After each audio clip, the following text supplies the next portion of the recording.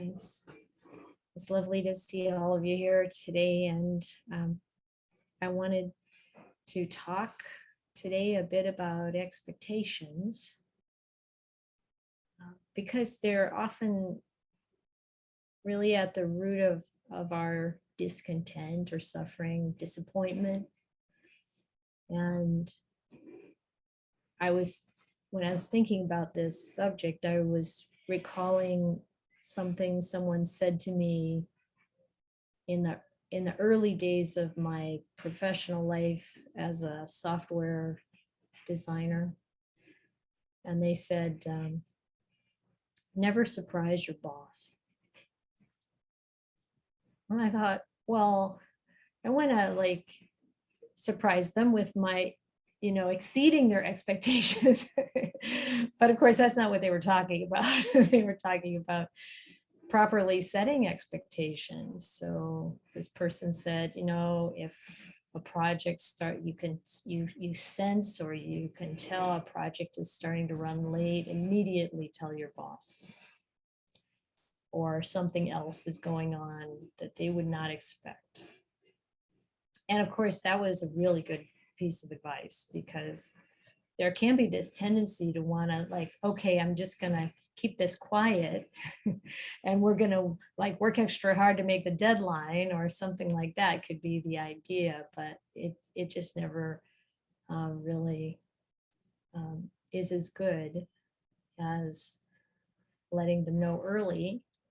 And so there can be an adjustment. And this is true with so many things in our life.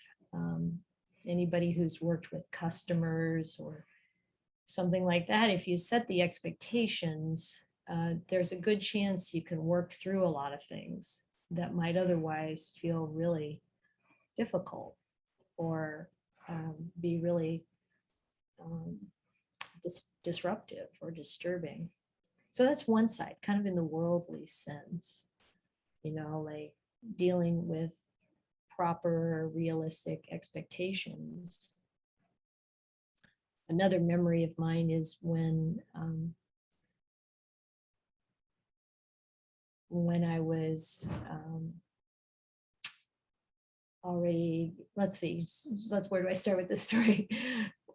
I got married when I was really young and had my 2 kids, and that marriage lasted for over 11 years, but it was very difficult. And it ended around that time. And many years later, when I was remarried, it was a very, very, very good relationship. And I was shocked one day when my husband said he didn't want to be married anymore. Felt like it came out of the blue. And as I was working with the kind of tidal waves of feeling, I realized, fortunately, by that time, I was very grounded in the Buddhist teachings. And I realized that a lot of the intensity of that for me was due to my expectations. I thought we would be married until one of us died. And I would say things like, I knew this was impermanent, this relationship, but I didn't think it was that impermanent.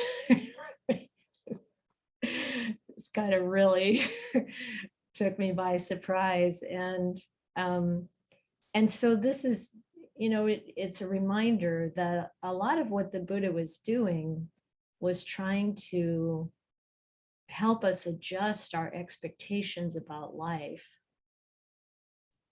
to be more in line with reality. So all of these reflections on death and aging and sickness, and there's that sutta called Situations that I've probably mentioned before, and I intend to talk about again at the retreat. But this sutta, it's in the Anguttara Nikaya, in the Book of Fives. I think it's number 48, and the Buddha there talks about how there are 5 things that no one can attain or achieve, and it's that if you're a human being or any kind of living being, you're going to die and you can't get around it. There's no way you can attain the situation where there's no death. And he says the same thing about sickness. And he says the same thing about aging. You can't stop it. It's going to happen. And no matter who you are, how much money you have, whether you're a human being or a deva or, it just doesn't matter. You can't have that situation. There is aging, sickness, and death. As soon as we're born, we're subject to those things. And then it's the book of 5, so there's going to be 2 more things. And he talks about you can't have the situation where something that could be destroyed does not get destroyed. And, of course, we're trying, as we've talked about many times when we get together, we're trying to hold things together that are inevitably going to fall apart.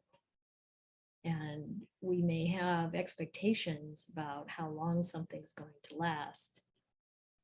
But if we really reflect on that and prepare ourselves with expectations that align more with reality, we might save ourselves some real suffering. And the 5th one he talks about is losing things getting lost. We've had a little rash of that here at the Vihara lately. And I'm always like, I don't like to lose things. It's like, but it happens. Things get lost. And the Buddha said there's nobody who can have the situation where nothing, anything is liable to be lost. And there's no way you're going to escape without that occurring from time to time. So, these are some ways in which the Buddha was trying to help us be more realistic about our situation in life, being human beings in a samsaric realm, and how helpful that is, to really reduce our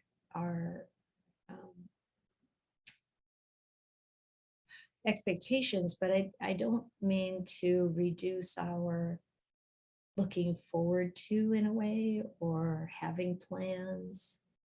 It's just to keep things in balance.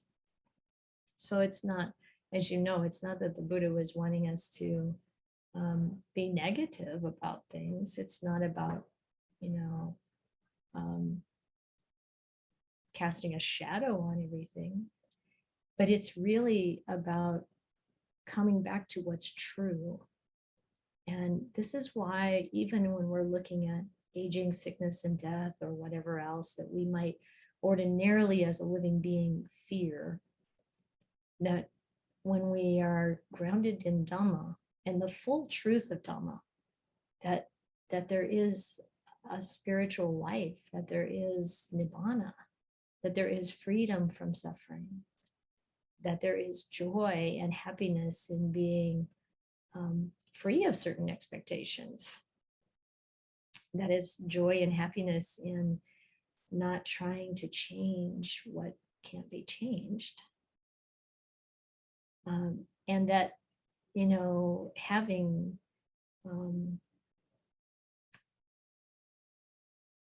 fewer expectations can really help us be happier. So one time I heard Ajahn Brahm say that, he was visiting a branch monastery.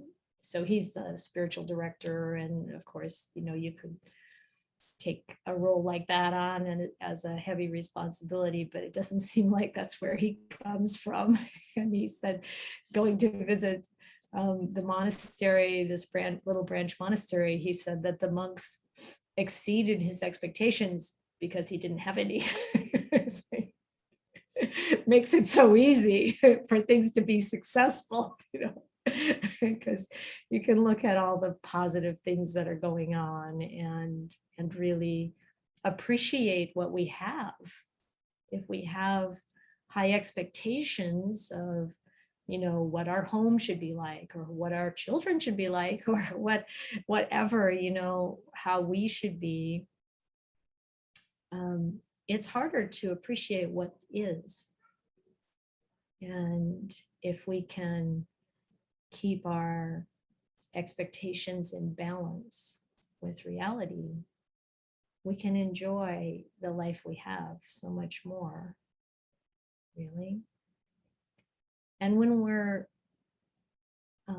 hit by something that we didn't expect, like that statement from my husband as we're driving home from some nice experience somewhere. And then we had this plan. We were just about to celebrate our wedding anniversary, and we had this plan to go away to a bed and breakfast place in a nice place. And we decided to do it anyway. And the whole weekend was reflecting on what we wanted to do next individually. And I knew that I wanted to become a nun, and he wanted to find someone else. So I started giving him suggestions of the people I knew. This is called unconditional love. You want them to be happy, It's like, it's okay.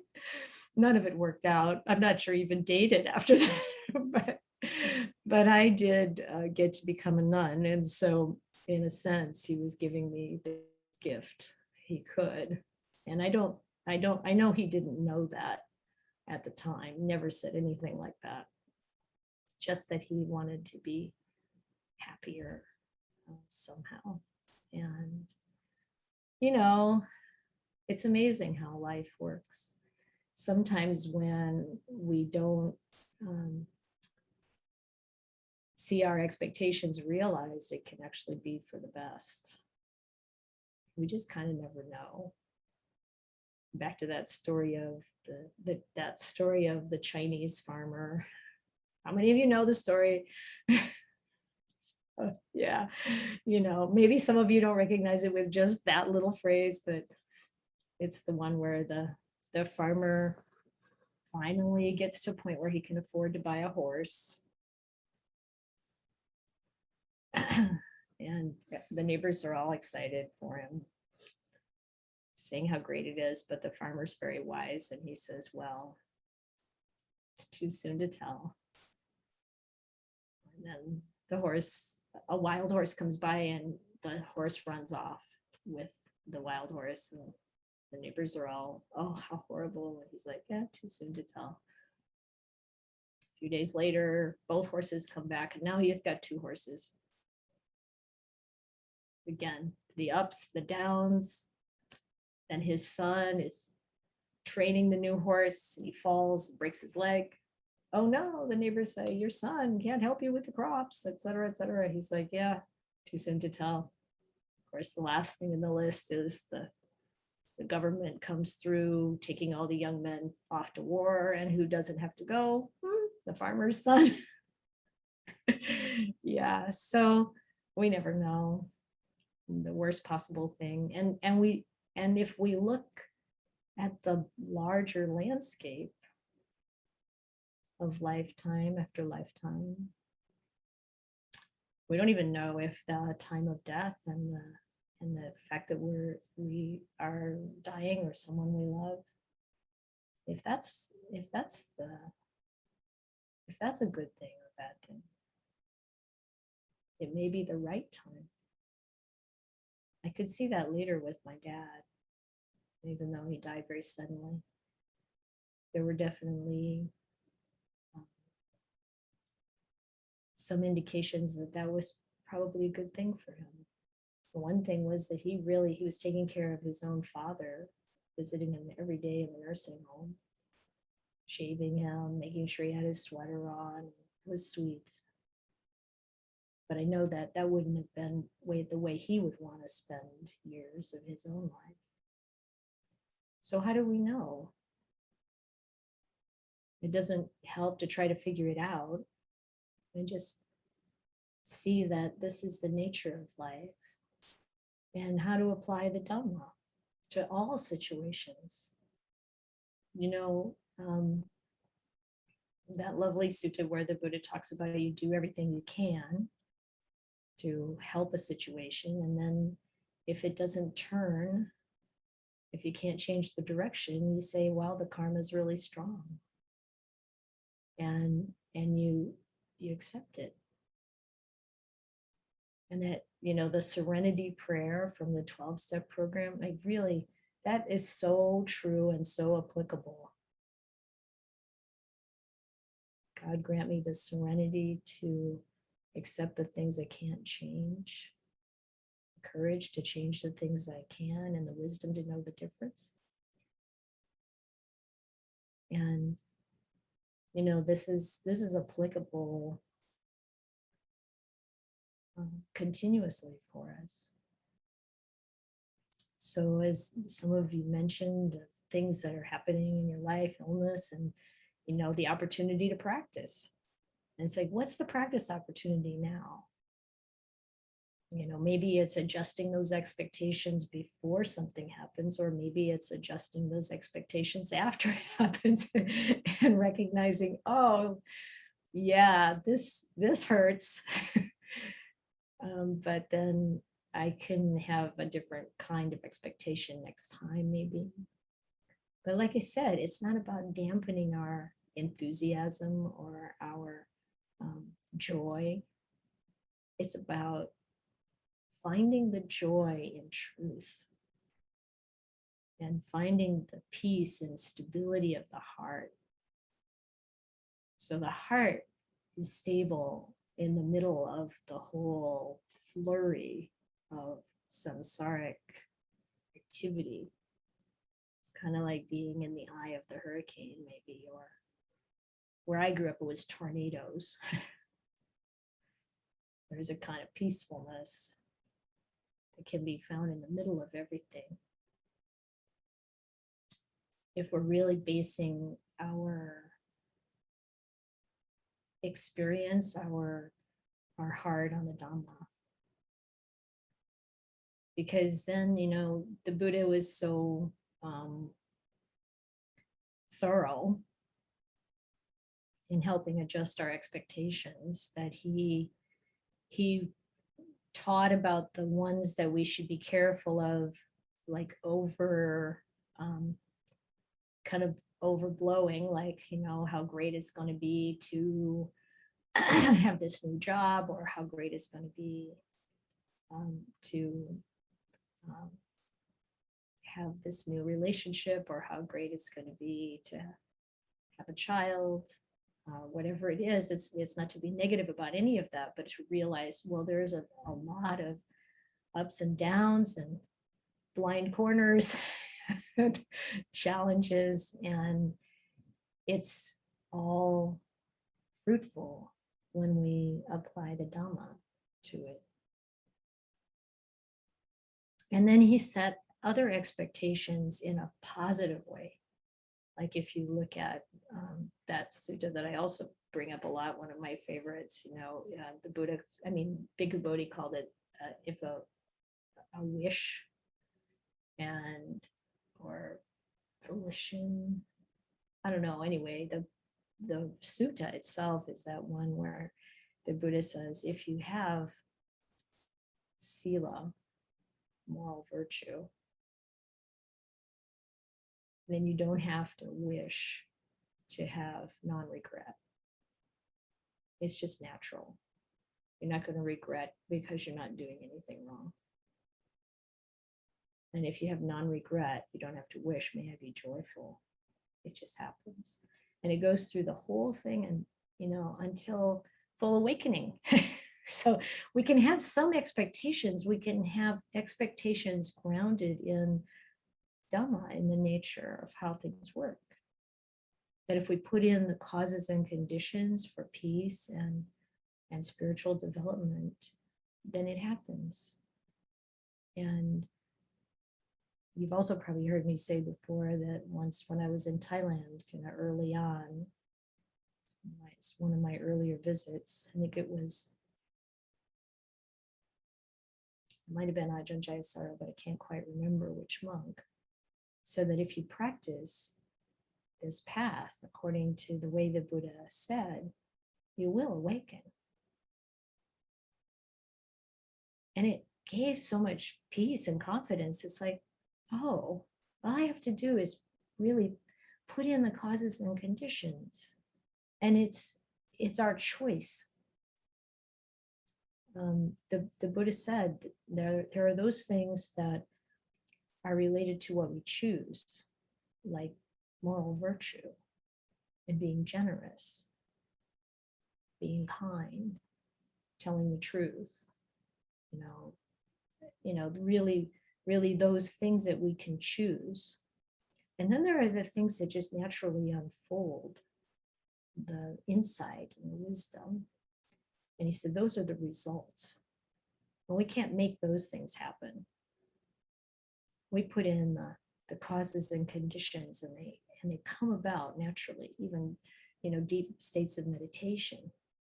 It's like, we can't say, now I'm going to go in. Well, Sariputta could, but I can't. So now I'm going to go into the third jhana. It's like, it doesn't work that way for me. But what does work is to really, really let go.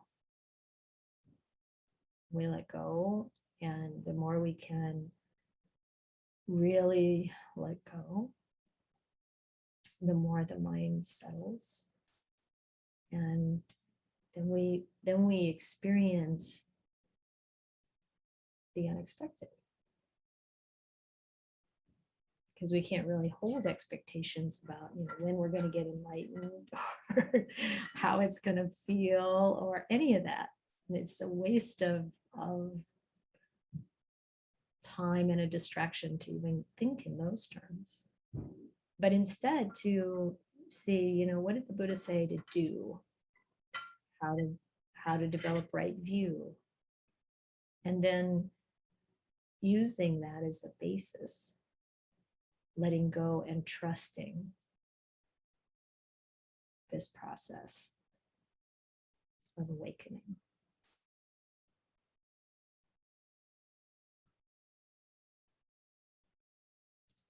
So that's what I had in mind.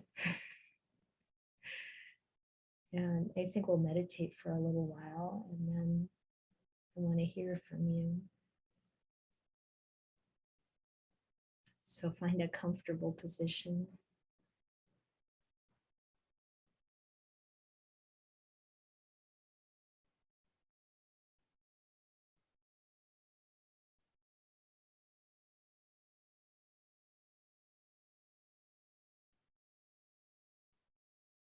And of course, the first step in letting go is being present with the way things are, how the body feels, state of the mind.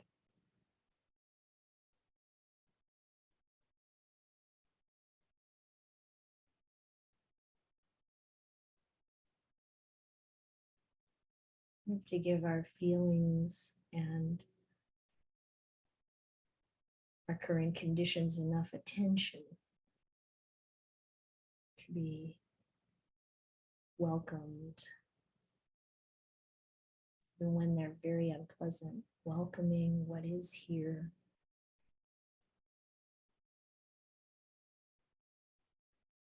Acknowledging it, turning towards it, whether it's something we like or don't like, is pleasant or painful or neutral.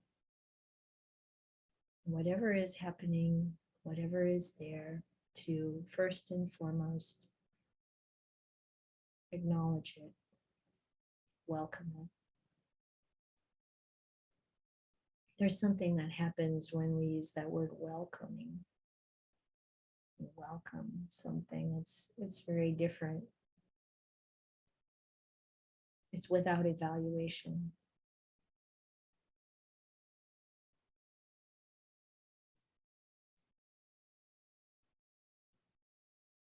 We welcome even those things that we find unpleasant. painful, difficult. That's the beginning of really seeing what the Dhamma is in them in this situation.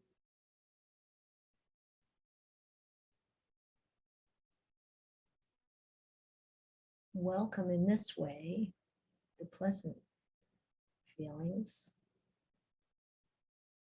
We can also understand how they fit, how to hold them in a way that's natural, realistic,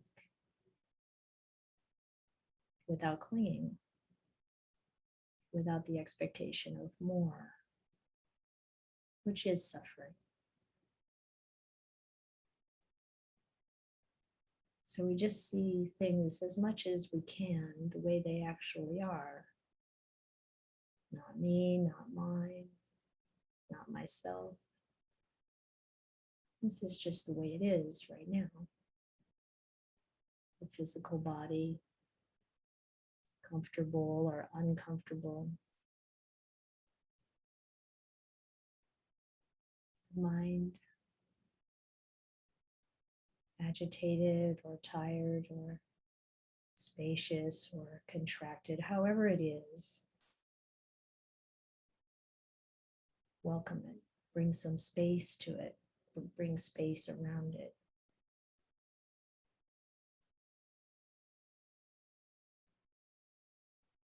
And when I bring space to whatever I'm experiencing, bring space around whatever I'm experiencing, then I automatically take a deep breath. Kind of a sigh. And we stop holding on tightly. We stop trying.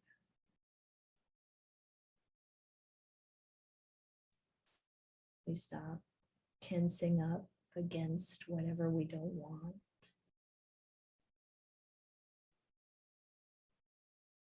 We can relax.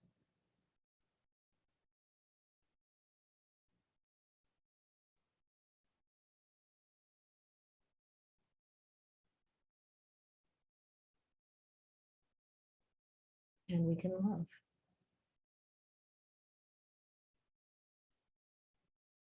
Love and compassion come naturally then.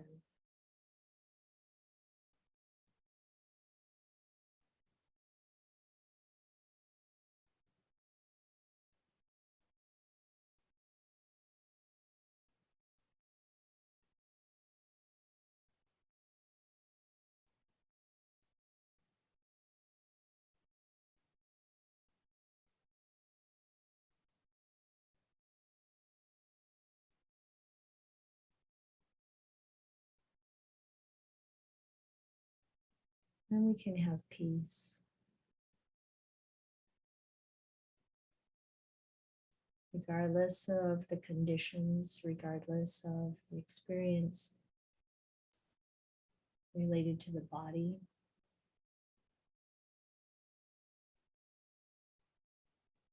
And even the mind, if we can a sense of peace that's underlying or in the background, even when there is mental agitation or fear. It's an odd thing, but it's possible. It's like a platform that's solid that we can stand on.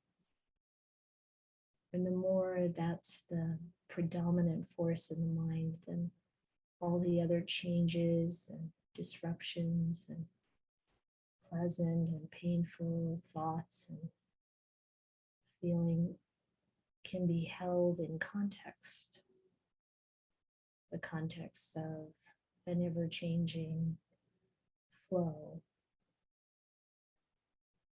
of experience. It's just impermanent passing through. It's a phase.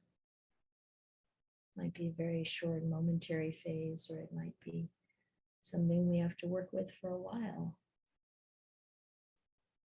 But it's still just a phase. And then if we can observe it from that solid platform in the mind, which is Dhamma, which is mindfulness, which is knowing, and we can trust in that.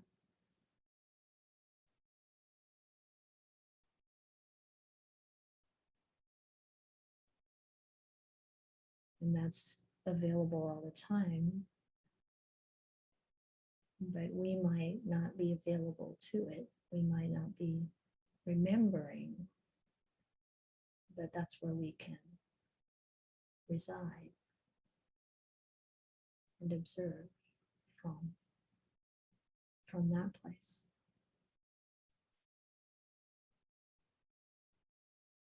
From that place of wisdom and compassion, clearly seeing.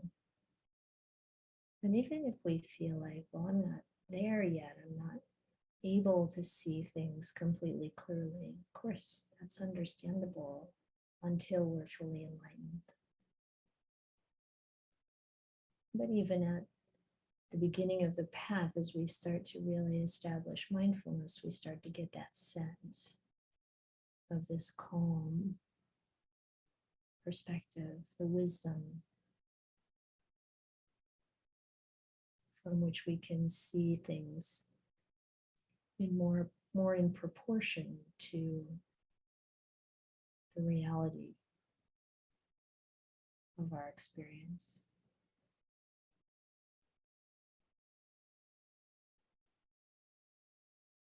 Expectations that suit the truth, that are in alignment with them.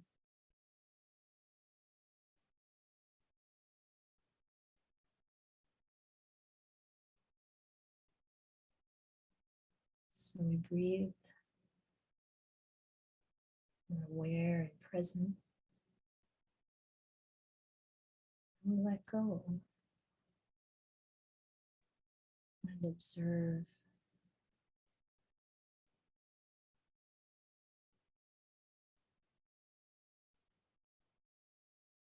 Letting the force of Dhamma take us wherever it will, into deeper states. Observing with wisdom, evaluation to know if we're going in the right direction.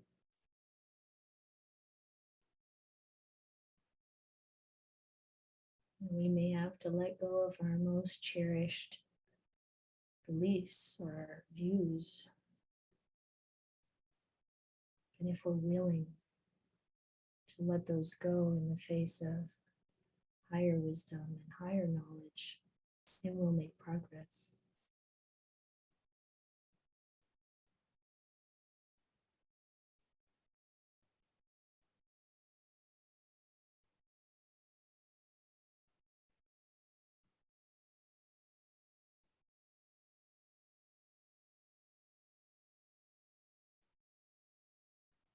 And what is the right direction? It's in the direction of peace, in the direction of spiritual joy and happiness.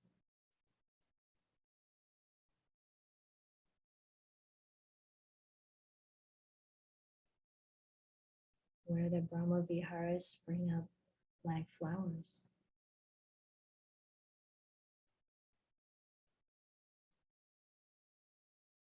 Where virtue is unquestionably essential.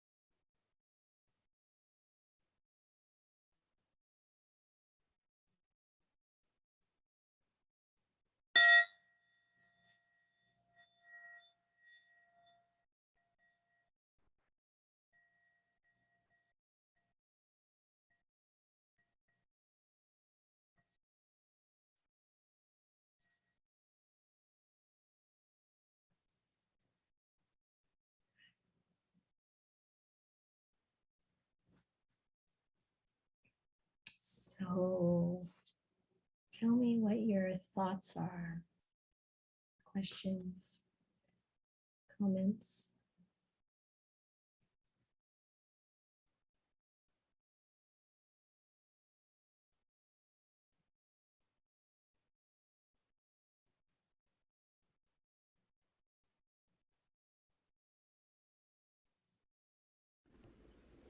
Um, I was thinking about how irritated I was, and in some degree still am, but just sitting with that and expecting it to. Yeah, I don't want it to be here. I don't really know what it's about. But one thing I noticed as I was sitting is that almost against my wishes, I started to feel better, and uh, and I just had this I don't know where it came from, but I guess I thought of like we don't know where this stuff leads us sometime, and just to acknowledge that I'm irritated felt like I can't say that. And yet when I was sitting, I suddenly had this feeling of like, and I was just flashing at all these people in my life, just like one of those moments where you're dying or something and your whole life flashes ahead. And it was just all these people and like, oh, they're doing the best they can. They're just them. And and generally I get it's when I sit I'm sort of I hardly ever am able to focus on my breath or just be with the experience. I'm always but but today for some reason because I think maybe because of allowing myself to acknowledge how irritated I was, something else came in, and it was really quite beautiful. And all this stuff just is so mystifying to me. I guess the mystery of me, of this, and I'm just, I just didn't want to be here. I just wanted to hate everybody, and just allowing myself to know that, even despite these feelings, that I'm welcome here, feels so profound. So thank you, all of you, for just showing up. Thanks. Thank you, Danny. Linda?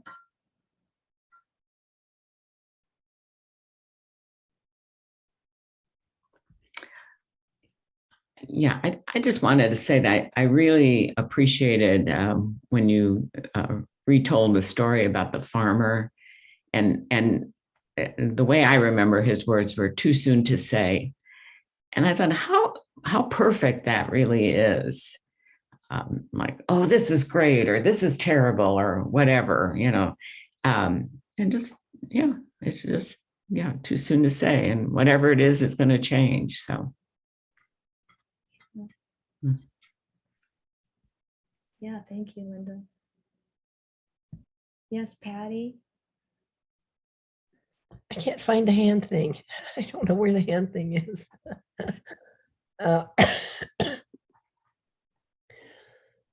Two things. One, it's difficult to maintain a level of meditation when you're sneezing and coughing. Number one. See, okay, that's the way it is. But I've been practicing with Upasika Key's Unentangled Knowing book, and she has an especially helpful chapter, Awareness of Awareness. And it takes it really back to, there's all kinds of terms for it, bare awareness, now knowing, all that stuff, but just to be aware of this awareness. And it brings me back to aware of unpleasant. And then I want to get in there, kind of like Danny was saying. I want to really not be okay with that. And that wasn't a problem today. But then I began the Brahmavihara, and with the goodwill and the kindness to this being, and and then compassion, so to be free from suffering. And then what stepped in was that inner tyrant that says, what's the matter with you? You've got this thing, you're not dying, you're in this wonderful situation, comfortable property, comfortable home, your kids are very kind, what's it, and I'm thinking, oh no. And somewhere I've heard someone say, or many people say, gentle. And so I brought gentle, and there was just such a lovely tenderness to that. It was tender. So that's what I received. It was lovely. Thank you. Beautiful, Patty. Thank you. Lisa?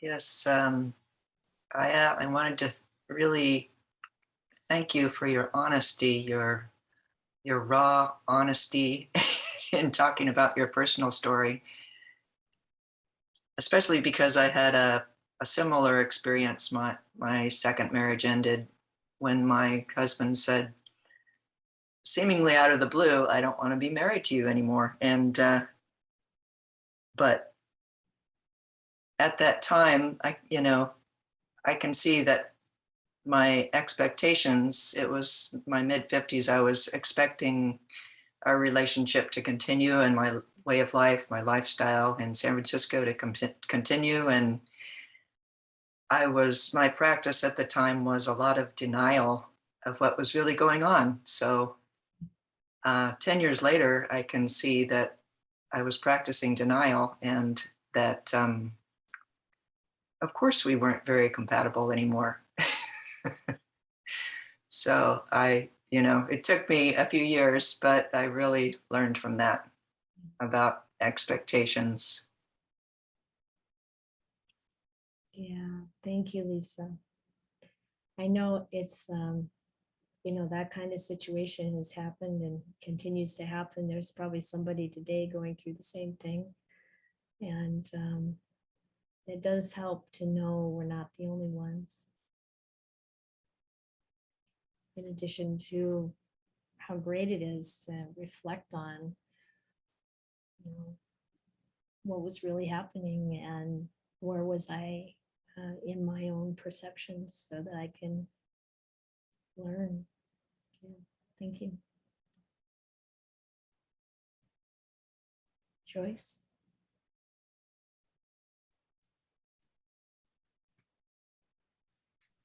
I don't quite have my thoughts collected, but I really want to thank you for that that question about ask what's the practice opportunity now. I'm so lost in my old ways of thinking and struggling and resisting, and that just I'm definitely going to use that. And during the meditation, I just got this very big memory of Rumi's poem, The Guest House. I don't have the direct quotes to this, but we're probably all familiar with it. And there's a charm to it, and everybody seems to love it. But if you really, really listen to that poem, he doesn't say this, but it's something like, welcome all these guests who come to your guest house. And they may even be tearing your house asunder. Welcome them, welcome them. And at the end, I'm not sure this is the exact quote either, but they may be a messenger from beyond. And I take that as being a message of karma.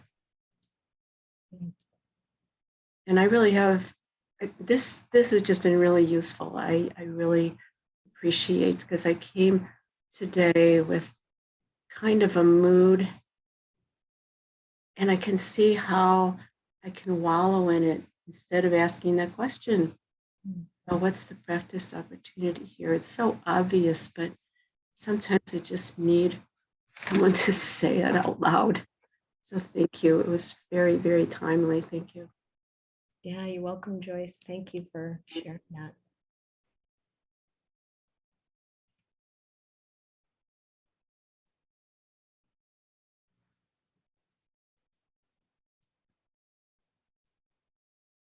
Oh, you have your hand up and I couldn't see it. It's hiding in the wall hanging behind you. Serena and Ron. Yeah. Oh, unmute. Okay. I was appreciating so much today the reflections on expectations and the guided meditation, and I really felt and appreciated the commonality of our experience. I thought, everybody is having expectations. Everybody is getting so much from this reflection today, as I'm getting so much, and want to thank you for it. And it comes through the talks, the reflections coming on Zoom. But I have a new appreciation for the opportunity on Zoom to share with each other. And Ron has been saying for years, it helps him so much when people share. And I haven't really appreciated that as much as I've gotten today. And a lot of it comes from my years of being on the path through the mind and what Longpur Sumedho calls the acquired knowledge, but recently having more of an experience, as Longpur Pasano talks about the heart, through the heart. And I've finally been getting that. I guess I finally had an experience of the heart energy opening. So it's like now I hear it through the heart, and it makes all the difference in the world. Thank you so much, Ayya. Yeah, you're welcome, Serena. Thank you for sharing that. Yeah, I feel like it's important that these sessions are not just me talking. Yeah, the Dhamma is great to listen to, but I feel like being able to share with each other is so important. Thank you. Yeah, James. Hello. Now this is also probably very poorly thought out ramble, but I think I've got fairly good at not having expectations of things and sort of entering situations with a sort of open mind. I think it's sort of hard to tell sometimes. I think sometimes I don't think I've got expectations until I realize I've become disappointed, so apparently I did have expectations. But, I worry sometimes that maybe this is like one of the things that contributes towards me being a bit apathetic or sort of resistant to change. Because, if you don't have expectations, then, why bother changing anything really? I mean, like a silly example, like I was driving home earlier and I was thinking, well, it's Saturday, maybe I should treat myself and get a, Chinese food or Indian or something. But then I thought, well, it's probably not going to be any better than anything I could just cook that's in the house. And, maybe I should just and it's a lot of money now. So, why bother? And no, that's only a small thing. Maybe it's sort of like similar in the larger things in life as well. So perhaps why I don't bother, but then I was thinking a little bit earlier that maybe my issue is not that I have no expectations, but I actually have low expectations. So my lack of expectations is concealing my my deep-seated pessimism. Maybe, I don't know. Yeah, I think maybe I'll drop expectations because my expectations are usually bad, perhaps. So it's better to have none than low ones. I don't know. Well, this is very interesting, James. And it's true Mm. for many times in our life, I think.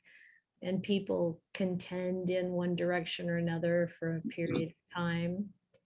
And I think what we need to be careful of that, watchful, because if the mind is kind of going into apathy or kind of a disinterest in things, and kind of down, a little bit dark, then we're missing something important.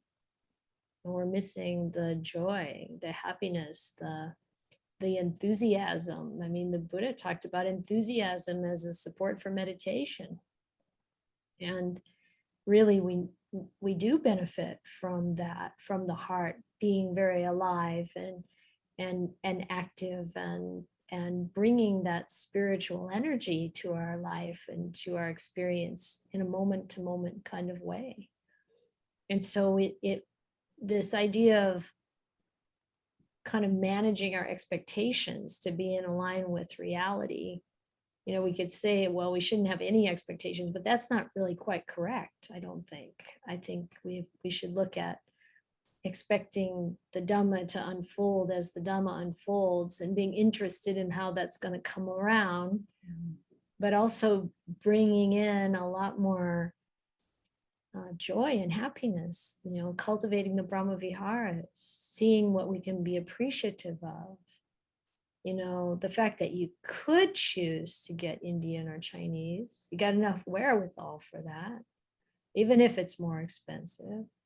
That maybe there are some friends to share Indian and Chinese with, or whatever, but really, really having an interest in the conditions of our life in a way that we can use them and not let the mind go dark or dead.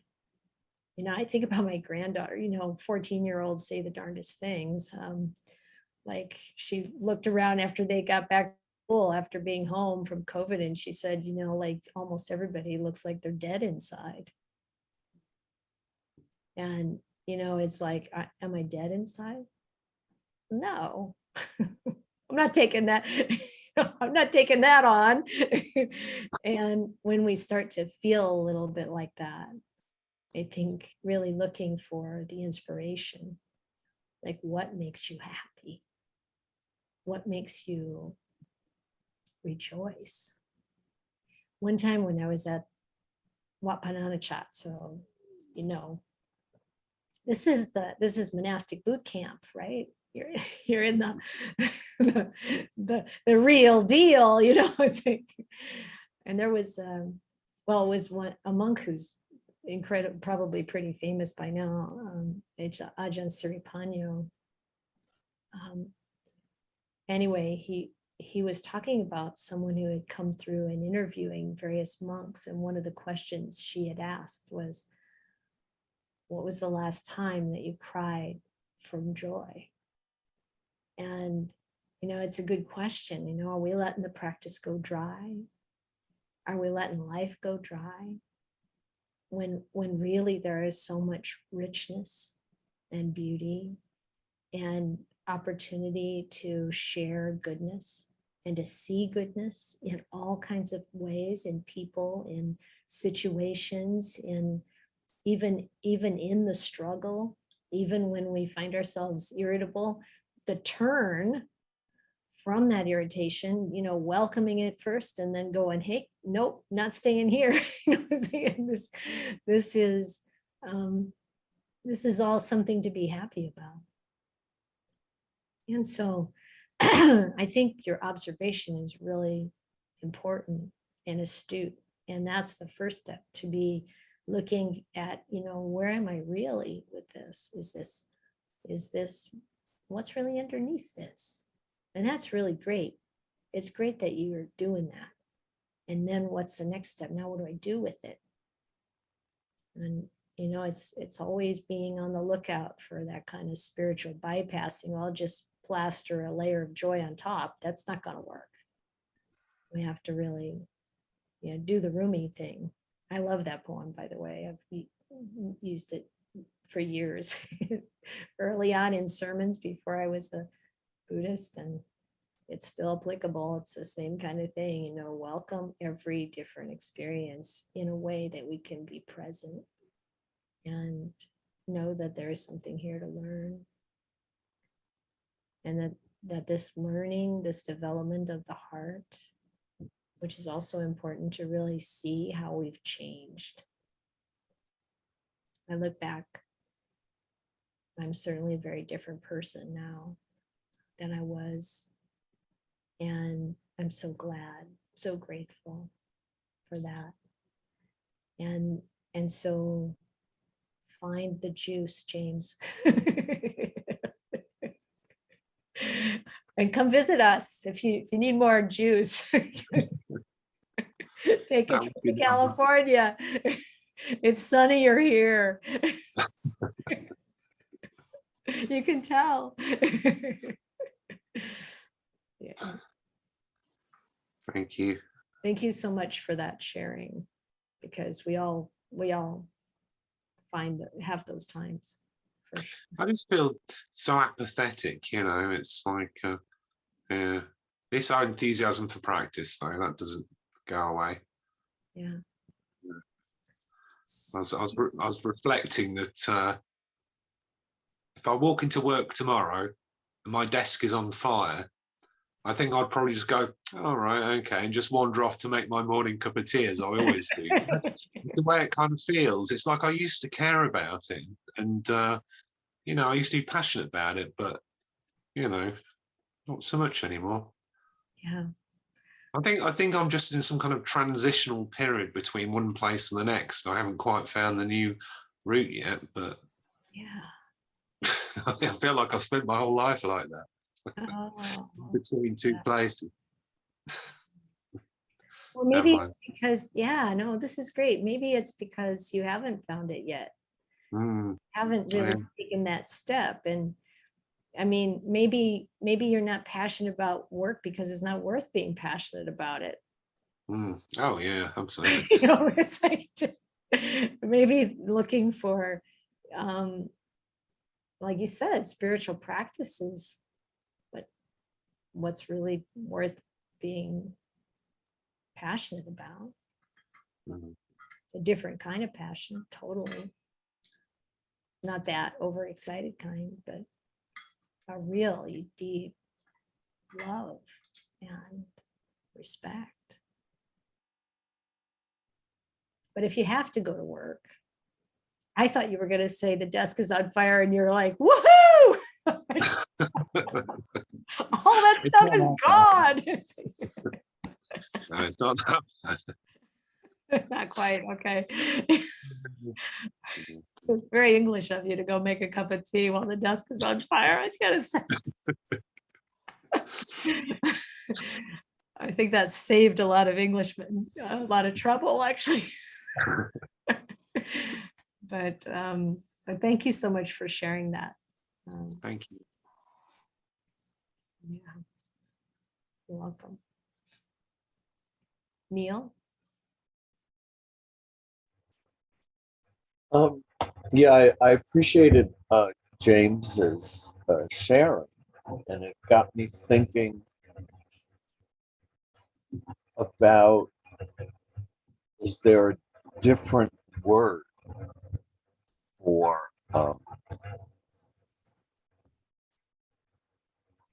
I've suddenly lost my train of thought.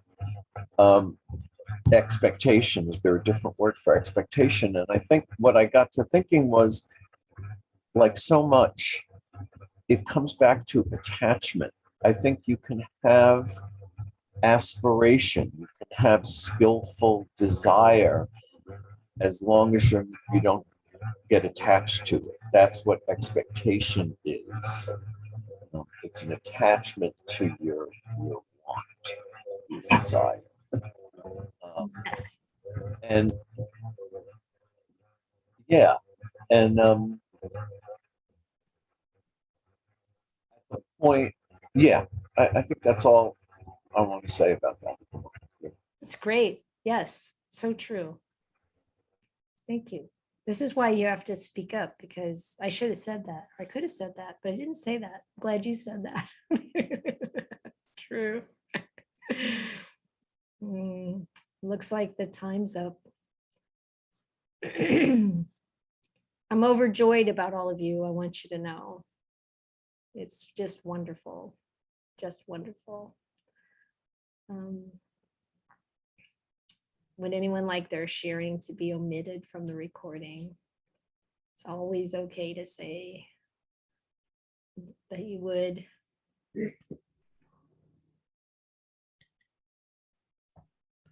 No?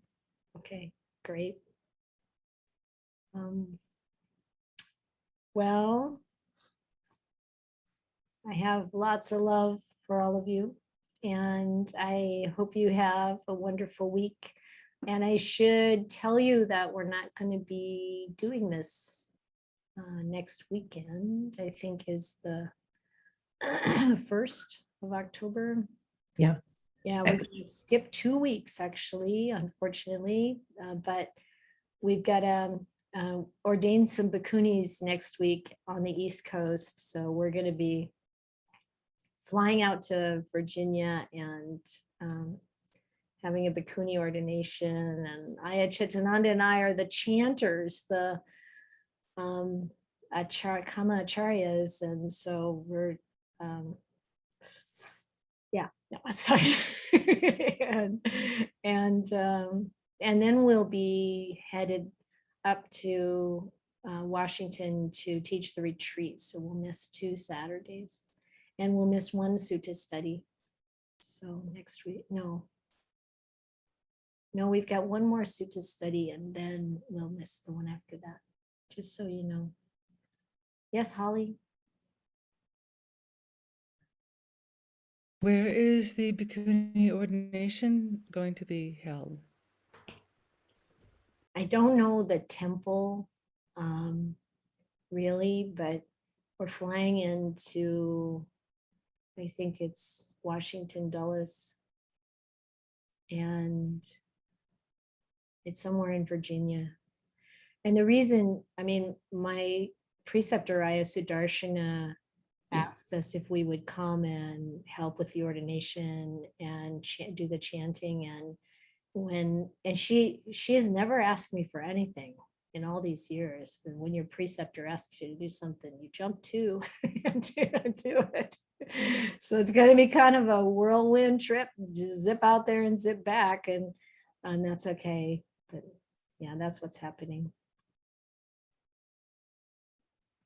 Yeah, thank you.